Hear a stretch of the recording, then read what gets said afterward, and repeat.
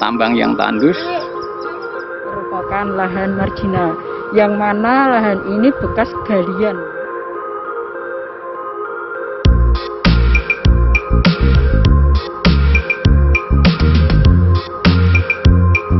Seorang petani di Kabupaten Rembang mampu menyulap lahan tandus bekas tambang tanah uruk menjadi lahan padi yang tumbuh subur. Bahkan hasil panenannya pun membuat kagum berbagai kalangan. Nah, inilah lahan seluas 1 hektar milik Paminto Dwi Atmojo yang terletak di depan Gor Besi Rembang, turut tanah Desa Pedak, Kecamatan Sulang, Kabupaten Rembang, Jawa Tengah. Paminto bercerita beberapa tahun silam, lahan berupa gundukan tanah yang cukup tinggi, kemudian dikeruk untuk tanah uruk. Ia menyadari kondisinya sangat tandus. Karena akan ditanami padi, Paminto menyiapkan 2 langkah untuk mengembalikan kesuburan tanah. Pertama, air harus siap dulu. Bekas galian tanah uruk dialihfungsikan sebagai embung atau tempat penampungan air hujan. Selain air harus cukup, dirinya mengoptimalkan penggunaan pupuk kandang dan pupuk organik cair berupa air kencing atau urin ternak kambing yang mudah diperoleh dari pusat peternakan kambing miliknya, tidak jauh dari areal persawahan. Setelah menanam padi jenis sertani 14 bulan Januari lalu, kini pada hari Jumat 9 April 2021, tanaman padinya dipanen. Wow, tinggi padi sampai 1,5 meter di atas rata-rata padi pada umumnya. Buliran gabahnya juga keren. Selain itu, meski dihantam cuaca buruk dan angin kencang, tidak ada tanaman padi yang roboh. Tambang yang tandus, lempung padas, terus diambil, terus lapisan yang atas dikit-dikit tuh saya kumpulkan. Setelah terkumpul digelar, nah, jadilah seperti ini.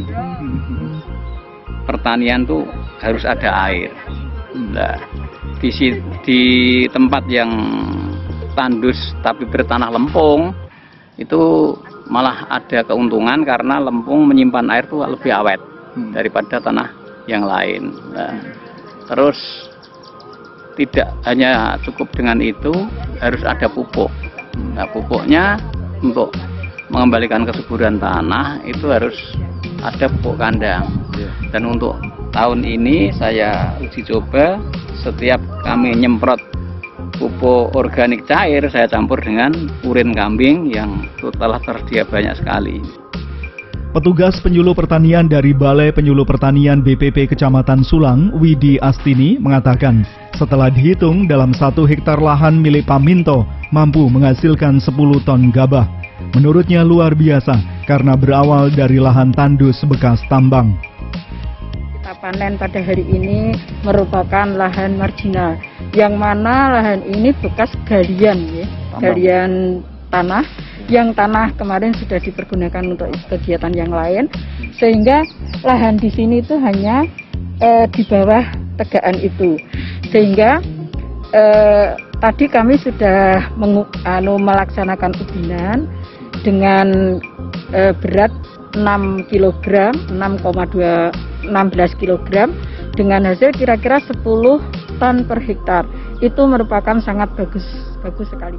Komandan Rayon Militer dan Ramil Sulang, Kapten Wardiana, yang turut datang saat panen sempat dibuat geleng-geleng kepala karena tidak mengira lahan di sekitar kebun jati dan tebu tersebut justru menghasilkan panenan yang luar biasa.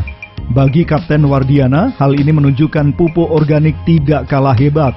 Ia mengajak supaya petani pelan-pelan meninggalkan pupuk kimia dan beralih ke pupuk organik.